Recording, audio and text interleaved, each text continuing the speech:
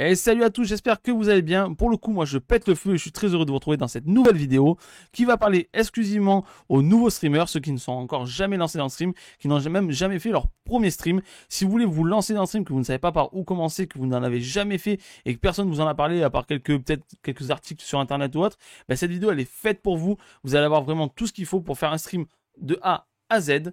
On va commencer par parler de matériel, puis ensuite on parlera de sites sur lesquels vous inscrire et de graphismes à faire pour finalement quel logiciel utiliser pour streamer. Et pour celles et ceux qui ne me connaissent pas encore, je me présente, moi c'est Erazine, je suis youtubeur et streamer, je suis quelqu'un de très gentil. Vous pouvez me retrouver tous les dimanches à partir de 17 h du coup en vidéo sur YouTube. Et surtout, vous me retrouverez 3 fois par semaine sur Twitch, à savoir le lundi, le mercredi et le samedi à partir de 21 h. Et je stream aussi de temps en temps le dimanche et le mardi, mais ça c'est un peu plus random. Sur ce, je vous laisse découvrir cette vidéo en espérant qu'elle vous plaise et qu'elle vous aide. Surtout, c'est plus important qu'elle vous aide. Je vous dis à tout à l'heure après le générique. Let's go!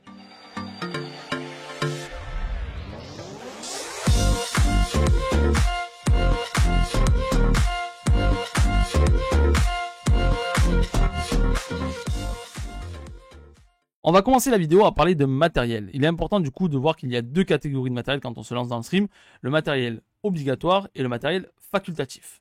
Parmi le matériel obligatoire, vous allez bien entendu avoir un PC, Captain Obvious. Vous allez avoir du coup deux écrans. Alors ça par contre c'est obligatoire. Les gens qui vous diront ouais mais on peut parfaitement streamer avec un seul écran, c'est pas vrai, c'est un mensonge. Vous allez passer de votre jeu à votre stream à votre jeu, votre OBS à votre jeu à votre OBS. Bref, ça va être horrible. Ça va être invivable, vous allez une expérience horrible pour les viewers, une expérience horrible pour vous. Donc prenez deux écrans. S'il faut acheter même un écran à 20 pelles sur le bon coin, c'est pas grave. L'essentiel c'est que vous en ayez un avec le stream, un avec le jeu. Donc voilà, c'est le plus important. Deux écrans, c'est clairement obligatoire. Sinon c'est nul de streamer avec un seul écran. Horrible. Je sais, j'insiste, mais c'est important. Et j'avais insisté dans d'autres vidéos déjà auparavant, mais j'insiste sur ça. Troisième truc obligatoire, ça va être le micro. Il vous faut un micro de bonne qualité. Pourquoi? Parce que les viewers, ils viennent vous entendre avant de vous voir. Ils veulent entendre ce que vous dites, ils veulent entendre vos réactions, ils veulent vous entendre crier quand vous avez peur, ils vous entendent rigoler quand vous trouvez quelque chose de drôle, ils veulent vous entendre répondre à ce que vous dites dans le chat. Bref, ils veulent vous écouter. Donc si vous avez un micro pourri, quand vous parlez, il sature à fond la caisse, on n'entend rien, vous grésillez, on vous entend de loin, les gens ils resteront pas sur votre stream, ils se barreront à vitesse grand V. Donc prenez un bon micro, évitez les micro-casques, qui sont les pires micros qui existent, et privilégiez des micros type comme celui-là, donc un micro en gros, vraiment des micros à 100%. Donc il en existe des modèles chers, moi le mien par exemple plus de 120 €, je l'avais payé en promotion mais normalement ça vaut presque 200. Vous pouvez en trouver des moins chers, des produits de la marque Tonor par exemple qui sont à 30-40 €, des produits de la marque Fifine pareil qui sont à 30-40 € et qui sont des bons produits. Pour ce qui est du coup des produits, je vous conseille de voir directement dans la description, je vous ai fait un lien avec plusieurs kits pour se lancer dans le stream. Un kit début de gamme, un kit milieu de gamme, un kit haut de gamme et un kit très haut de gamme. Vous verrez que là-dedans, vous avez des produits qu'il faut pour se lancer dans le stream. Et dans les kits, les premiers kits, vous avez des produits qui sont pas très chers et qui sont bien quand on est encore dans l'hésitation. Donc je vous conseille d'aller voir ces kits. Ça vous donnera déjà une idée de ce qu'il vous faut. Même si vous ne prenez pas ces produits-là, au moins vous avez déjà une idée du budget qui vous attend. Et donc là, on a vu les produits qui étaient obligatoires. Maintenant, je vais vous parler du matériel qui est facultatif.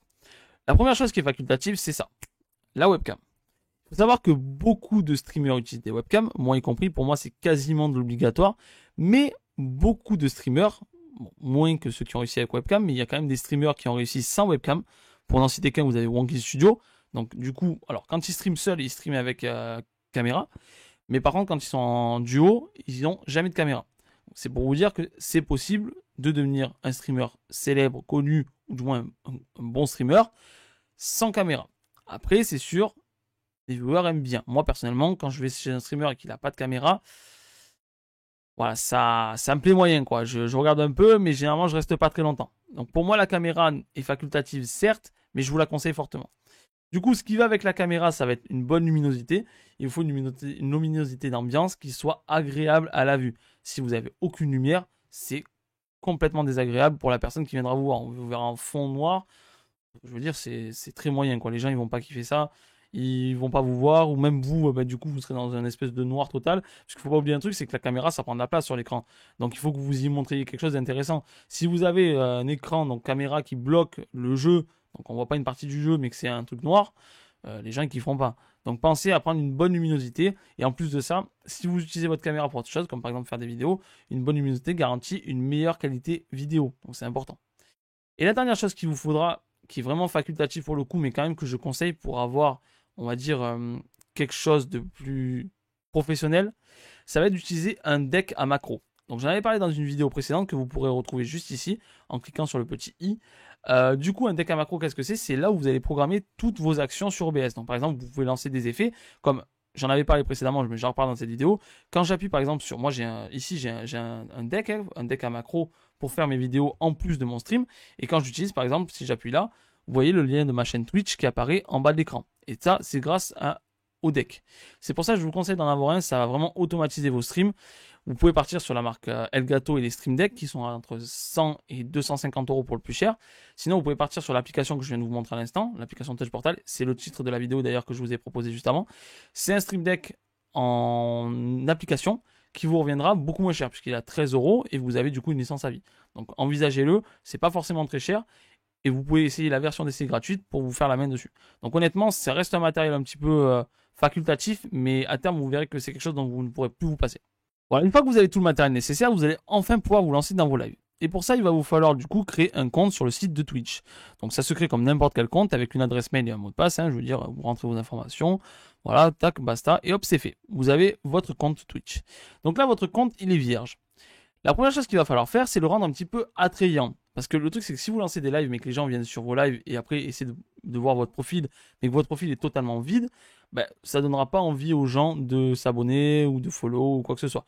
Ils vont juste se dire, ouais, ok, ils vont juste pas intéressant en suivant. C'est pour ça qu'il faut que vous fassiez quelque chose d'attrayant. Là, hop, on va passer du coup sur la scène. Hop là, voilà. Et donc là, vous pouvez voir du coup ma bio à moi. Voilà, j'ai essayé de faire quelque chose de sympa. Donc la première chose qu'il vous faudra, c'est une bonne photo de profil. Alors, ne faites pas une photo de profil de dingue dès le départ, parce que vous pourrez toujours la modifier plus tard, ça c'est pas gênant. Mais essayez de faire quelque chose qui sort un petit peu de l'ordinaire. Ne mettez pas une photo de votre tête, à part si voilà, vous trouvez vraiment beau et que vous voulez vraiment que ce soit ça qui représente votre photo de profil. Mais sinon, si vous avez, on va dire, un thème précis déjà en tête ou autre, n'hésitez pas à foncer sur ce thème. Vous pourrez toujours arranger ça plus tard, c'est pas gênant. Mais ça fait déjà plus professionnel que d'avoir juste le petit logo du bonhomme ou une photo faite à la va-vite avec votre téléphone. Vous pouvez mettre aussi une photo de couverture, donc là c'est ce que j'ai fait derrière. Vous pouvez faire une vidéo de présentation, donc là c'est vraiment un petit peu niveau au-dessus, vous n'êtes pas encore obligé d'en arriver là. Pour commencer, déjà rien qu'avoir le fond ici, la couverture, et avoir la photo de profil, c'est pas mal. Et surtout, il va falloir faire une bio. Alors, votre bio, c'est tout simplement voilà ce que ça dit sur vous. Donc moi, voilà, j'ai fait une petite bio rapide. C'est pas ce que les gens liront le plus, mais c'est bien de l'avoir, comme ça, si les gens viennent le voir, ils verront que c'est fait. Et je vous conseille également, au passage, si vous avez d'autres réseaux sociaux, de les connecter directement à votre compte Twitch. Donc là, vous voyez, moi j'ai mis mon compte Twitter, mon compte Instagram, mon compte YouTube, et j'ai fait la possibilité de faire un don directement ici. Ce que vous pouvez faire également, si vous avez quelques notions en graphisme, ça va être tout simplement, du coup, de faire différents panneaux, comme ici j'ai fait. Donc là, la date du prochain stream, YouTube, voilà. Donc là, j'ai mis les règles, les trucs un peu basiques sur moi. Et donc, comme plus haut, j'ai remis les réseaux sociaux. Et du coup, ça me permet de rebondir sur la prochaine chose importante à faire avant de lancer votre premier stream. Ça va être de créer d'autres réseaux sociaux. Si vous voulez réussir dans le stream, vous ne pouvez pas vous contenter de ne faire que streamer sur Twitch et faire que ça. C'est pas possible. Vous aurez peut-être du monde, mais à un moment, vous allez bloquer. Vous allez avoir, on va dire, un flux qui ne viendra plus. Un flux potentiel que vous pourriez avoir grâce à d'autres réseaux sociaux qui ne sera pas amené à vous. C'est pour ça qu'il est important de choisir de créer certains réseaux sociaux. Donc moi, vous l'aurez compris, je suis sur YouTube, Instagram et Twitter. Donc YouTube et Instagram pour la création de contenu, puisque du coup, le problème de Twitch étant que vous avez un mauvais référencement sur le site, il est très dur de se faire découvrir sur Twitch. J'utilise YouTube et Instagram pour me faire découvrir plus facilement et amener les gens directement sur mon Twitch. Et j'utilise également Twitter pour le réseautage et aussi pour le plaisir d'avoir un réseau social dans lequel je peux écrire et je ne suis pas obligé de forcément de faire des vidéos ou faire des images. Je suis quelqu'un qui aime beaucoup écrire, réagir sur le moment, dire des mots, réagir à certains trucs. Et c'est pour ça que du coup je me suis mis sur Twitter. Je trouve que c'est une bonne plateforme pour ça. Et en plus de ça, elle a le côté réseautage qui marche plutôt bien. C'est facile de rencontrer du monde sur Twitter et surtout des gens qui ont les mêmes passions que vous. Ensuite, après, à vous de choisir. Moi, ce que je vous conseille de faire, c'est d'avoir un réseau pour la création de contenu. Donc type Instagram, YouTube, TikTok. TikTok est une très bonne option. De plus en plus de gens se mettent sur TikTok. Pourquoi? Parce que c'est un référencement qui est simple. Il est très facile de percer sur TikTok. Enfin, percer, c'est un grand mot, mais de se faire découvrir et d'amener les gens de votre TikTok à votre chaîne Twitch. Donc ça peut être une option. Si vous avez quelques, on va dire, quelques notions en montage vidéo, ça peut être une bonne option. Après, je vous conseille également d'avoir en plus un réseau social de réseautage. Donc là, après, c'est à vous de choisir, hein, Twitter, LinkedIn, Facebook, ok boomer, si c'est ce que vous voulez, il n'y a pas de problème. L'essentiel, du coup, c'est d'avoir un réseau réseautage et un réseau création de contenu à bon référencement, en plus de votre chaîne Twitch. Bon, après, il est important de faire attention que cette plateforme de création de contenu et la deuxième plateforme qui est plus réseautage communication ne prennent pas le pas sur votre chaîne Twitch. Il est important du coup de garder autant de temps pour ces réseaux-là que pour Twitch. Si vous commencez à mettre plus de force dans l'un des réseaux, ben vous risquez d'abandonner Twitch, ce qui n'est pas forcément une bonne chose, puisque des lives non réguliers risquent de vous mener au fait que vous allez stagner, quoi. Donc du coup, c'est important d'utiliser ces autres plateformes sans négliger Twitch. Et là, vous allez me dire, c'est bizarre parce que tu as parlé pas mal de plateformes et tu n'as pas parlé de Discord. Alors, moi, je déconseille de commencer le live avec un Discord. Pourquoi? Parce que vous allez créer un Discord, vous allez avoir peut-être vos 3-4 premiers viewers, 5-6 premiers viewers. Sauf que, faut pas oublier un truc, c'est que ces 5-6 premiers viewers, ils sont prêts à vous voir en live quand vous êtes en live, mais ils sont pas prêts peut-être à parler toute la journée avec vous. Donc c'est pour ça que faites un Discord à condition d'avoir déjà une petite communauté ou alors d'être déjà une petite communauté de streamers. Et du coup, créer un Discord qui amènera les viewers à discuter avec vous, que ce soit les streamers qui ont l'habitude de suivre vous ou même le groupe en général, ce qui peut être une bonne option. Mais sinon, ne lancez pas un Discord à vous tout seul. Sinon, vous allez vous retrouver seul et votre Discord va couler comme le Titanic. Donc, évitez le Discord au début en tout cas. Allez, maintenant, on va attaquer le gros du sujet, le premier stream. On va dire que vous êtes prêts. Votre matériel est paré, prêt à tourner. Prêt à du moins vous enregistrer, vous diffuser sur Twitch. Votre compte Twitch, lui, est tout beau, tout propre. Photo de profil faite, photo de couverture faite, la bio, même les panneaux, tout est fait. Vous êtes ready. Les réseaux sociaux sont prêts à dévoiler à tout le monde votre premier live. Vos amis sont prêts, ils vous attendent. Donc, qu'est-ce qui vous manque maintenant? Il vous manquera seulement une chose, le logiciel de stream. Et là, vous allez avoir deux options. Option numéro 1, vous êtes quelqu'un de débrouillard qui touche sa vie en informatique, qui a envie de pousser son stream très loin dans la personnalisation, qui veut aller vraiment faire des effets de ouf. Dans ce cas-là, je vous conseillerais OBS Studio. Deuxième option, vous êtes quelqu'un qui touche pas trop sa vie en informatique, qui a un petit peu, on va dire, du mal à personnaliser tout ça. C'est pas forcément votre truc. Vous, ce que vous avez envie, c'est de vite lancer votre stream, que ce soit facile à comprendre, facile à prendre en main, que vous puissiez montrer à vos potes comment vous jouez à Warzone. Dans ce cas-là, il vous faudra Streamlabs OBS. Chacun a des avantages et des inconvénients. OBS Studio, c'est quelque chose qui est, on va dire, brut de décoffrage. Vous avez une interface qui est assez à l'ancienne, assez difficile à prendre en main. Par contre, vous pouvez ajouter des luttes, ajouter des plugins, ajouter plein d'effets que vous ne pourrez jamais ajouter sur Streamlabs. Mais ça, par contre, Streamlabs OBS a l'avantage d'être beaucoup plus simple d'utilisation, beaucoup plus facile à prendre en main, et donc du coup de proposer quelque chose de clé en main, comme on peut dire.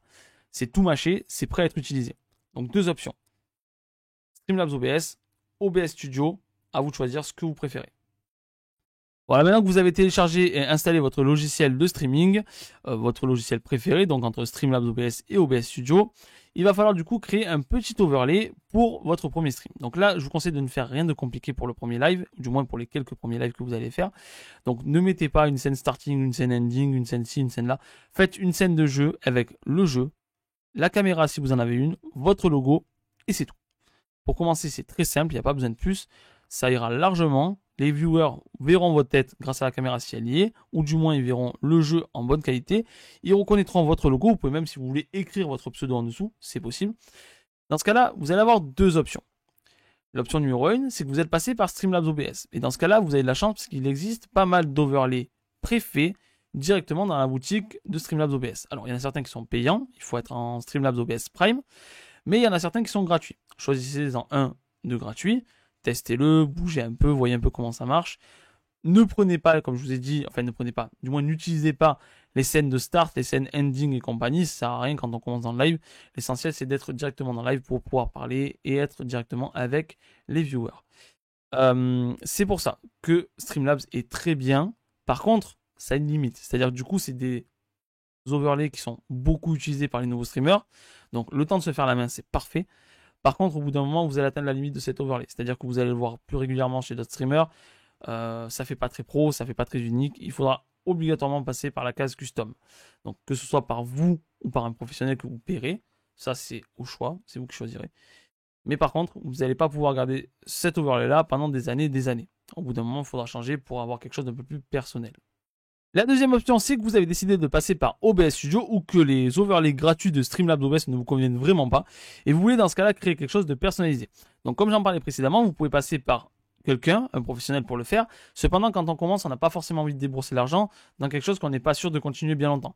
Donc moi, ce que je vous conseille de faire, c'est de faire votre tout premier overlay par vous-même en apprenant à le faire. Je vais vous apprendre du coup à le faire facilement parce que c'est quand même quelque chose de simple à faire quand on a la main. Et pour ça, il vous suffit tout simplement d'aller voir la vidéo que vous trouverez juste là. Donc c'est une vidéo qui va vous guider de A à Z pour faire un premier overlay. Donc ce sera pour apprendre à faire des overlays, ce sera un overlay de start. Mais il faut savoir que tout ce que vous apprendrez dans cette vidéo, vous pourrez également l'utiliser pour faire un overlay de jeu, un overlay d'ending, un overlay de just chatting. Bref, vous pourrez utiliser tout ce que vous aurez appris dans cette vidéo pour faire n'importe quel type d'overlay et tout arranger à votre sauce. Donc je vous conseille d'aller jeter un coup d'œil. D'ailleurs au passage, je te rappelle que si la vidéo te plaît, tu peux tout simplement mettre un petit pouce bleu, t'abonner et activer la petite cloche pour être tenu au courant des prochaines vidéos, à savoir qu'elles sortent généralement le dimanche à 17 h. Et voilà, une fois que tu as fini de préparer ton premier overlay, tu peux lancer ton premier stream. Alors là, ça va être un moment à la fois de gloire parce que tu vas être content de voir que tout marche, que ton premier stream est lancé, mais également un moment d'un petit peu de déception, je vais pas te mentir, parce que le premier live, c'est pas là où tu auras le plus de monde, bien au contraire. Il peut y avoir une ou deux personnes qui passent. Moi, ça fut mon cas, j'ai eu une ou deux personnes qui sont passées, mais tu verras que c'est très dur. Les premiers lives sont les plus durs, c'est là où il y a le moins de monde. Il faut apprendre à parler, même quand personne te parle, et ça, c'est quelque chose qu'il faut apprendre avant même de te lancer dans le stream, parce que sinon, ça va être compliqué pour toi. Je te rassure, je ferai une vidéo là-dessus prochainement, donc pour parler des premiers lives et surtout des monologues, parce que c'est vraiment quelque chose de compliqué au début, mais c'est surmontable et rapidement tu verras la joie que c'est de pouvoir discuter avec tes petits viewers réguliers que tu vois tous tes streams et que tu es trop content de retrouver à chacun de tes lives. J'espère que cette vidéo vous aura plu et surtout vous aura aidé à vous lancer dans le stream. J'espère que grâce à elle, vous pourrez faire enfin votre premier live, que vous allez pouvoir vivre votre rêve de streamer.